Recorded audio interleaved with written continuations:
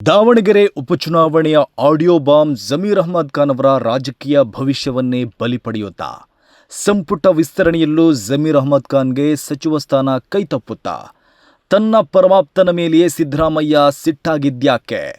ಸಿದ್ದರಾಮಯ್ಯ ಮತ್ತು ಜಮೀರ್ ಅಹ್ಮದ್ ಖಾನ್ ಸ್ನೇಹ ನಿಜಕ್ಕೂ ಬಿರುಕು ಬಿಟ್ಟಿದೆಯಾ? ನಿಮಗೆ ಸರ್, ನೀವು ಅವರ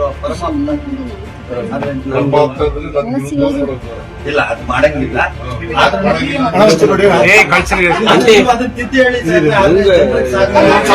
ಕರ್ನಾಟಕ ಕಾಂಗ್ರೆಸ್ನಲ್ಲಿ ಎಲ್ಲವೂ ಸರಿಯಾಗಿದೆ ಎಂದು ಕಾಣ್ತಾ ಇದ್ರು ಒಳಗೊಳಗಡೆ ಹೊತ್ತಿ ಉರಿತಾ ಇರುವ ಅಸಮಾಧಾನದ ಕಿಡಿಗಳು ಈಗ ಬಹಿರಂಗವಾಗುವ ಲಕ್ಷಣಗಳು ಕಾಣಿಸ್ತಾ ಇವೆ. ಮಾಜಿ ಮುಖ್ಯಮಂತ್ರಿ ಸಿದ್ದರಾಮಯ್ಯ ಮತ್ತು ಅವರ ಪರಮಾಪ್ತರಾಗಿ ಗುರುತಿಸಿಕೊಂಡಿದ್ದ ಮಾಜಿ ಸಚಿವ ಜಮೀರ್ ಅಹ್ಮದ್ ಖಾನ್ ನಡುವಿನ ಸಂಬಂಧದಲ್ಲಿ ಬಿರುಕು ಮೂಡಿದೆಯಾ ಎಂಬ ಪ್ರಶ್ನೆ ಇದೀಗ ರಾಜಕೀಯ ವಲಯದಲ್ಲಿ ಭಾರೀ ಚರ್ಚೆಗೆ ಕಾರಣ ಆಗಿದೆ. ಜಮೀರ್ ಅಹ್ಮದ್ ಖಾನ್ ಬೆಂಬಲಿಗರು ಸಿದ್ದರಾಮಯ್ಯ ಅವರನ್ನ ಭೇಟಿಯಾಗಿ ಜಮೀರ್ ಅಹ್ಮದ್ ಅವರಿಗೆ ಮತ್ತೆ ಸಚಿವ ಸ್ಥಾನ ನೀಡಬೇಕು ಅಂತ ಸಿದ್ದರಾಮಯ್ಯ ಅವರ ಮುಂದೆ ಒತ್ತಾಯಿಸಿದರು. ಆಗ ಸಿಟ್ಟಾಗಿ ಪ್ರತಿಕ್ರಿಯಿಸಿರುವ ಸಿದ್ದರಾಮಯ್ಯ, ಜಮೀರ್ ನನ್ನ ವಿರುದ್ಧವೇ ಕೆಲಸ ಮಾಡಿದ್ದಾನೆ ಎಂಬರ್ಥದಲ್ಲಿ ಅಸಮಾಧಾನ ವ್ಯಕ್ತಪಡಿಸಿದ್ದಾರೆ. ಅದರ ವಿಡಿಯೋ ವೈರಲ್ ಆಗಿದ್ದು ಅದು ರಾಜಕೀಯ ವಲಯದಲ್ಲಿ ಸಂಚಲನ ಸೃಷ್ಟಿಸಿದೆ. ಇದು ಕೇವಲ ಒಂದು ಹೇಳಿಕೆ ಅಥವಾ ಕಾಂಗ್ರೆಸ್ನ ಒಳ ರಾಜಕಾರಣದ ಆಳವಾದ ಬಿಕ್ಕಟ್ಟಿನ ಮುನ್ಸೂಚನೆಯೇ ಎಂಬ ಪ್ರಶ್ನೆ ಹುಟ್ಕೊಂಡಿದೆ. ಯಾಕಂದ್ರೆ ಜಮೀರ್ ಅಹ್ಮದ್ ಖಾನ್ ಸಾಮಾನ್ಯ ನಾಯಕನಲ್ಲ. ಅವರು ಕಾಂಗ್ರೆಸ್ನ ಮುಸ್ಲಿಂ ಮುಖಂಡರಲ್ಲಿ ಅತ್ಯಂತ ಪ್ರಭಾವಿ ನಾಯಕರು. ಬೆಂಗಳೂರು ನಗರದಿಂದ ಹಿಡಿದು ಹಳೆ ಮೈಸೂರು ಭಾಗದವರೆಗೆ ಅತ್ತ ಉತ್ತರ ಕರ್ನಾಟಕದವರೆಗೆ ಅವರ ರಾಜಕೀಯ ಪ್ರಭಾವವಿದೆ. ಸಿದ್ದರಾಮಯ್ಯ ಅವರ ನೆರಳಿನಂತಿದ್ದ ಜಮೀರ್ ಜೆಡಿಎಸ್ ತೊರೆದು ಕಾಂಗ್ರೆಸ್ ಸೇರಿ ಕಾಂಗ್ರೆಸ್ನಲ್ಲಿ ಪ್ರಬಲ ನಾಯಕರಾಗಲು ಸಿದ್ದರಾಮಯ್ಯ ಅವರ ಮೇಲಿನ ಪ್ರೀತಿ ಮತ್ತು ನಿಷ್ಠೆಯೇ ಕಾರಣ ಆಗಿತ್ತು. ಆದರೆ ರಾಜಕಾರಣದಲ್ಲಿ ಶಾಶ್ವತ ಸ್ನೇಹವೂ ಇರಲ್ಲ, ಶಾಶ್ವತ ವೈರತ್ವವೂ ಇರಲ್ಲ. ಅಧಿಕಾರದ ಸಮೀಕರಣಗಳು ಬದಲಾಗ್ತಾ ಇದ್ದಂತೆ ಸಂಬಂಧಗಳು ಬದಲಾಗುತ್ತೆ. ಈಗ ಪ್ರಶ್ನೆ ಏನಂದ್ರೆ, ಜಮೀರ್ ಅಹ್ಮದ್ ಖಾನ್ ಅವರಿಗೆ ಮತ್ತೆ ಸಚಿವ ಸ್ಥಾನ ಸಿಗದಿದ್ರೆ ಏನಾಗಬಹುದು? ಮೊದಲ ಸಾಧ್ಯತೆ, ಅವರು ಪಕ್ಷದೊಳಗಡೆ ಉಳಿದುಕೊಂಡು ಅಸಮಾಧಾನ ವ್ಯಕ್ತಪಡಿಸಬಹುದು. ಕಾಂಗ್ರೆಸ್ನಲ್ಲಿ ಹಲವು ನಾಯಕರು ಹೀಗೆ ವರ್ಷಗಳ ಕಾಲ ಅವಕಾಶಕ್ಕಾಗಿ ಕಾಯ್ತಲೇ ಇದ್ದಾರೆ. ಜಮೀರ್ ಅಹ್ಮದ್ ಕೂಡ ತಾಳ್ಮೆಯ ರಾಜಕಾರಣವನ್ನು ಆಯ್ಕೆ ಮಾಡಬಹುದು. ಆದರೆ ಎರಡನೇ ಸಾಧ್ಯತೆಯೇ ಹೆಚ್ಚು ಕುತೂಹಲಕಾರಿ. ಆ ಸಾಧ್ಯತೆ ಅಂದರೆ ಜಮೀರ್ ಅಹ್ಮದ್ ಖಾನ್ ತಮ್ಮ ರಾಜಕೀಯ ಆಯ್ಕೆಗಳನ್ನು ಮರುಪರಿಶೀಲಿಸುವುದು, ಪಕ್ಷಾಂತರ ಮಾಡಬಹುದು ಅಥವಾ ಹೊಸ ರಾಜಕೀಯ ಪಕ್ಷವನ್ನು ಹುಟ್ಟು ಹಾಕಬಹುದು. ಯಾಕಂದರೆ ಅವರು ಯಾವಾಗಲೂ ತಮ್ಮದೇ ಆದ ಪ್ರಭಾವ ಮತ್ತು ಬೆಂಬಲಿಗರ ಬಳಗವನ್ನು ಹೊಂದಿರುವ ನಾಯಕ. ಅವರಿಗೆ ಕೇವಲ ಒಂದು ಕ್ಷೇತ್ರದ ಶಕ್ತಿ ಮಾತ್ರ ಅಲ್ಲ, ಸಮುದಾಯದ ಒಂದು ಭಾಗದ ಮೇಲೆ ಪ್ರಭಾವವಿದೆ.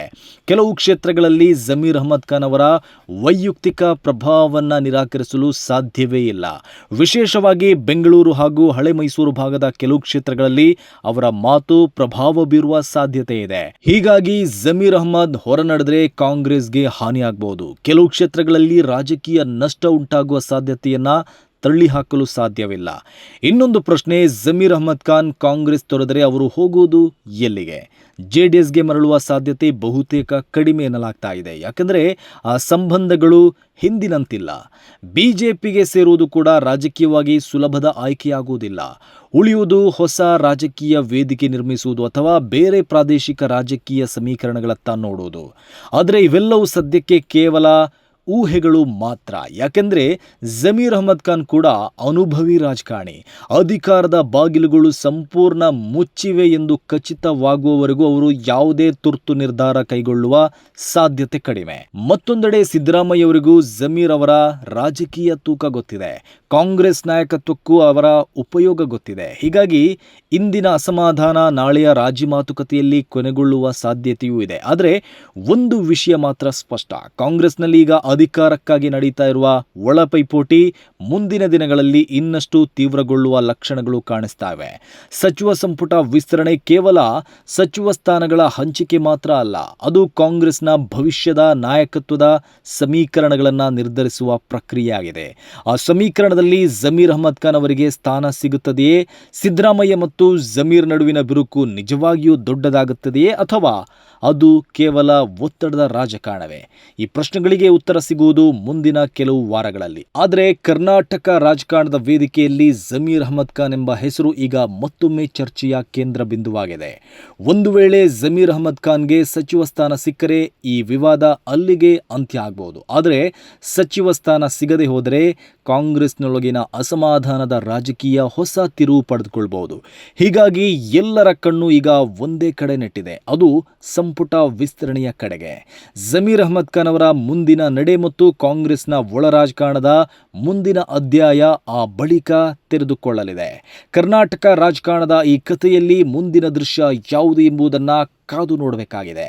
ಯಾಕೆಂದರೆ ಅಧಿಕಾರದ ರಾಜಕಾರಣದಲ್ಲಿ ಒಂದು ಮಾತು, ಒಂದು ನಿರ್ಧಾರ, ಒಂದು ಅಸಮಾಧಾನವೇ ಕೆಲವೊಮ್ಮೆ ಸಂಪೂರ್ಣ ರಾಜಕೀಯ ಚಿತ್ರಣವನ್ನು ಬದಲಾಯಿಸುವ ಶಕ್ತಿಯನ್ನು ಹೊಂದಿರುತ್ತೆ.